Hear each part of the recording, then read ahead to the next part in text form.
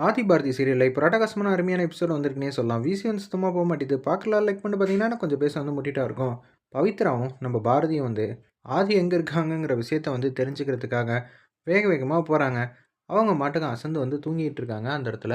"நம்ப ஆதி என்னப்பா இவரு இப்படி பண்ணி வச்சிருக்காரே!" அப்படின்னு சொல்லி அந்த இடத்துல பவித்ரா வந்து கேட்குறாங்க. உடனே வந்து ஆதி வந்து புலம்பிக்கிட்டு இருக்காங்க. "எனக்கு பாரதி தானே என்னோட உலகம்லேருந்து எல்லாம்.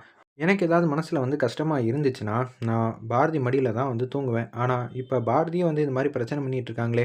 இத என்னால ஜீரணிக்க முடியல. என்னாலேயே வந்து வீட்ல வந்து பிரச்சனை வந்துகிட்டு இருக்கு. இது எல்லாத்துக்கும் காரணம் பாரதியா இருந்தா கூட, தமிழ்ட்ட கூட என்னால நிம்மதியா வந்து பேச முடியாத அளவுக்கு, இப்படி நான் மாறிட்டேனே! இத நெனச்சு நெனச்சு தான் நான் இப்படி இருக்கேங்கிற மாரி சொன்னோனே வந்து, ஒரு தள்ளுவண்டி மாரி இருக்கு போல இருக்கு. அதுல வந்து நம்ப ஆதிய வந்து உட்கார வச்சுட்டு, பவித்ராவும், பாரதியும் வந்து தள்ளிக்கிட்டே வந்து கூட்டிட்டு வந்துட்டு இருக்காங்க வீட்டுக்கு. பவித்ரா வந்து ஃபீலிங்கா வந்து பேசிட்டு இருக்காங்க. "அதெல்லாம் ஒண்ணும் இல்லம்மா. இவரு வந்து தெளிவாயிட்டா போதும். மத்தபடி ஒண்ணும் இல்ல. மனசுல என்ன இருக்குங்கிற விஷயம் வந்து தெரிஞ்சிருச்சுல. நான் தப்பு பண்ண விஷயம் தான் இவரால வந்து ஏத்துக்க முடியாம போயிடுச்சு. அதுவும் இல்லாம சாரதாம்மா இப்ப எங்க இருக்காங்கங்கிற விஷயமே வந்து தெரியலல்ல. அதுவும் ஒரு முக்கியமான காரணங்கிற மாரி யோசிக்கிறாங்க அந்த இடத்துல. நம்ப பாரதி அப்படியே வீட்டுக்கு கூட்டிட்டு வந்துடுறாங்க. நல்லா அசந்து தூங்கிட்டு இருக்காங்க. நம்ப ஆதி அந்த இடத்துல ஒரு பக்கம் நம்ப ஆண்டாள் இருக்காங்கல்ல, அவங்க வந்து யோசிக்கிறாங்க. எப்படி இருந்தாலும் இந்த பிரச்சனைக்கெல்லாம் முற்றுப்புள்ளி வைக்கணும்னா, நிச்சயம் வந்து தர்மலிங்கம் இருக்கிற பக்கம் வந்து நானும் சரி, என் ஹஸ்பண்டும் சரி இருக்கவே கூடாது. நமக்கு இந்த போட்டியும் வேணாம், ஒண்ணும் வேணாம். நானும் வந்து விலகிர்றேன்.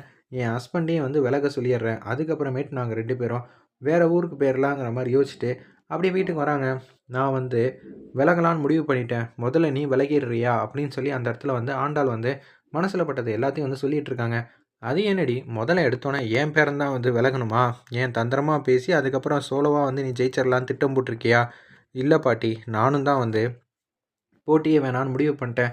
சண்டை, சச்சரவுன்னு போய்க்கிட்டே இருந்துச்சுன்னா, யாரு தான் இதுக்கான முற்றுப்புள்ளி வைக்கிறது? தர்மலிங்கம் இருக்கிறது வந்து எங்க வாழ்க்கைக்கு ஒரு பிரச்சனை வர மாரி இருக்குன்னா, நாங்க 2 பேரும் தனி குடித்தனம் வேற ஊருக்கு வந்து போயிர்றோம். அதாவது அழகரோட சொந்த ஊருக்கு வந்து போலான்னு நான் முடிவு பண்ணிட்டேங்கிற மாரி சொல்றாங்க அந்த இடத்துல.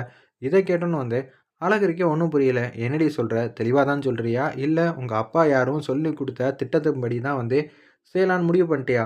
"அப்படியெல்லாம் ஒண்ணும் இல்ல அழகரு. தயவு செஞ்சு நான் சொல்றதெல்லாம் வந்து நம்புமா" அப்படின்னு சொல்றாங்க. "நீ சொல்றதையும், உன் அப்பன் சொல்றதையும் என்னைக்குமே வந்து நம்ப முடியாது. நான் ஃபர்ஸ்ட்டு விலகிட்டு வந்துடுறேன். இல்லாட்டி நம்ம 2 பேருமே வந்து ஒத்துமையா வந்து அங்க போயிட்டு வந்து வேணான்னு சொல்லிட்டு வந்துரலாம். போதுமா?" அப்படின்னு சொல்லி கேட்குறாங்க அந்த இடத்துல. "ஏய்! இவ பேசுறதெல்லாம் பார்த்தா உண்மையா தான் தெரியுது. இல்ல எதுவும் திட்டம் போட்டு வச்சிருக்கியான்னு?" பாட்டி வந்து கேட்டோனே, "திட்டம்லாம் எதுவும் இல்ல. இனிமேட்டு ஒத்துமையா இருக்கலாம்னு முடிவு பண்ணியாச்சு. நாங்க 2 பேரும் சேர்ந்து வாழ்க்கைய வந்து வாழ ஆரம்பிக்கலாம். இப்பயாவது புத்தி வந்துச்சு." அப்படின்னு சொல்லி பாட்டியும், லட்சுமி அம்மாவும் வந்து பேசுறாங்க. இந்த இதெல்லாம் விஷயம்லாம் வேணான்னு சொல்லிட்டு 2 பேரும் விலகிட்டு, அப்படியே வந்து மாப்பிள வீட்டுக்கு வந்து போடி, நாங்க அப்பப்போ வந்து உன்ன வந்து பார்த்துக்குறோங்கிற மாரி சொல்றாங்க அந்த இடத்துல நம்ப பாட்டியும், லட்சுமியும் சொல்றாங்க. சரிம்மான்னு சொல்லிட்டு, அப்படியே இந்த பக்கம் வந்து வீட்டுக்கு வந்துகிட்டு இருக்காங்க. இனிமேட்டு யாரையும் நம்பக்கூடாது. நம்ம திட்டம் போட்டபடி எல்லாம் நடக்குதான்னு நம்ம தான் வந்து பார்த்துக்கிட்டே இருக்கணும்னு தர்மலிங்கம் வந்து யோசிக்கிறம்போது, "அப்பா உன்னை கேட்காம நான் ஒரு முடிவு எடுத்துட்டேன்ப்பா. என்ன? போட்டியிலேருந்து விலகலான்னு முடிவு பண்ணிட்டேன்." "என்னது? நமக்கு மேல இவ திட்டம் போட்டு கடைசியில பிரச்சனையெல்லாம் தீர்த்து வைக்கணும்னு முடிவு பண்ணிட்டாளா? ஒண்ணும் புரியலையே!" அப்படின்னு சொல்லி பேரதிர்ச்சியா பட்டமா வந்து யோசிக்கிறாங்க அந்த இடத்துல. "அப்பா நான் சொல்றத மட்டும் கேளுப்பா. நானும் அழகரும் சேர்ந்து வாழணும்னு முடிவு பண்ணிட்டோம்.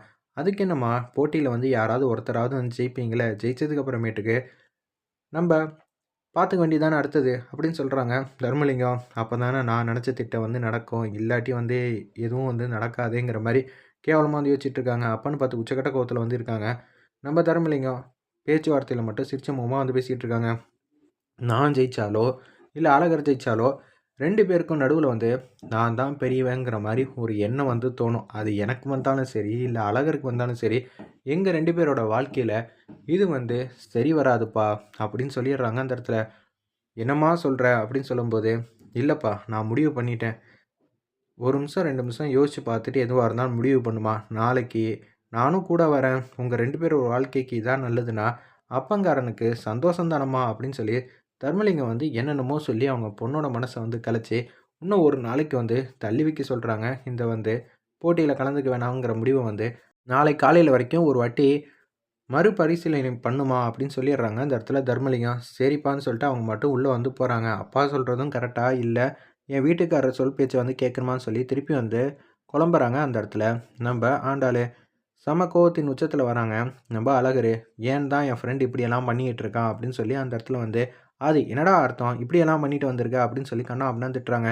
"டேய் நான் என்னடா பண்றது? எனக்கு பிரச்சனை மேல பிரச்சனை வருது. அதனால தான் இப்படியெல்லாம் ஆச்சு." அப்படின்னு சொல்லும்போது, "ஓ! உனக்கு பிரச்சனை வந்துச்சுன்னா இது மாரியா? எதுனால? யாருக்காக?" அப்படின்னு சொல்றாங்க. "முதல்ல ஒண்ணு தெரிஞ்சுக்க. நீ இப்படியெல்லாம் பண்ணன்னு வச்சுக்கயேன், உனக்கு எல்லாமே மறக்கும்னா, அதுக்கப்புறம் தெளிவானா என்ன ஆகும்? திருப்பி வந்து ஞாபகம் வந்துருச்சேன்னு சொல்லி திருப்பி எடுப்ப. இதெல்லாம் சரி வராதுப்பா. நானே வந்து இருக்கிற கோவத்துக்கு வந்து தர்மலிங்கம் தான் இது எல்லாத்துக்கும் காரணம்னு சொல்லிட்டு, அவர் ஏதாவது ஒண்ணு பண்ணியிருக்கலாம். ஆனா என்ன பண்றது? அதனால அந்த கோவத்தினால செய்யக்கூடிய செயல்னால, பின்னாடி நம்ப குடும்பத்துக்கு தான் மிகப்பெரிய பிரச்சனையாகும். ஆண்டாள் என்ன ஆவாங்க? என் அத்தை என்ன ஆவாங்கங்கிற விஷயத்தெல்லாம் நெனச்சு பார்த்து தான், நான் வந்து அவர வந்து அமைதியா வந்து இருங்கன்னு சொல்லி, அமைதியா வந்து விட்டு வச்சிருக்கேன். இல்லாட்டி இது மாரிலாம் நடக்குமா? தயவு செஞ்சு புரிஞ்சுக்கப்பா. நீ தான் எனக்கு வந்து அறிவுரை சொன்ன. அப்படி இருக்கும்போது, நான் திருப்பி உனக்கு சொல்ற மாரி நீ ஏன் நடந்துக்கிற? மொதல்ல எதுக்காக இத எடுத்த? சொல்லு பாப்போம். உங்க அம்மாக்காகயா? இல்ல உன் பொண்டாட்டி உன்ன விட்டு தள்ளி இருக்கிறதுனாலயா? சொல்லு அப்படின்னு சொன்னோனே, அழகர் வந்து கரெக்ட்டா கேட்குறாங்க. நம்ப ஆதியால சரியா வந்து பதில் சொல்ல முடியல அந்த இடத்துல. "நீ சொல்றது எல்லாம் கரெக்ட்டு தான். எல்லாமே வந்து வருத்தம் தானே. எதுக்காக எடுத்தா என்ன?" அப்படின்னு சொல்லும்போது, "எதுக்காக எடுத்தா என்னன்னா, ஏய் நீ வந்து ஏன்டா இப்படி ஒரு முடிவு எடுக்கிற? நீ நிச்சயம் வந்து உங்க அம்மா உனக்கு எந்த அளவு முக்கியமோ, அதே மாரி பாரதியும் உனக்கு முக்கியங்கிற விஷயம் வந்து எனக்கு நல்லாவே தெரியும். தயவு செஞ்சு வந்து உண்மைய ஒத்துக்க. ஒருத்தவங்க இப்ப இங்க இல்ல. ஆனா, அவங்க எங்க இருக்காங்கங்கிற விஷயத்த கண்டுபிடிக்கலாம். ஆனா, இன்னொருத்தவங்க உன் பக்கத்திலேயே வந்து இருக்காங்க. அவங்க மனச வந்து கஷ்டப்படாம வச்சிருந்தாலே பாதி பிரச்சனை தீர்ந்துச்சுங்கிற மாரி சொல்லிட்டு இருக்காங்க. வெயிட் பண்ணி பார்ப்போம்.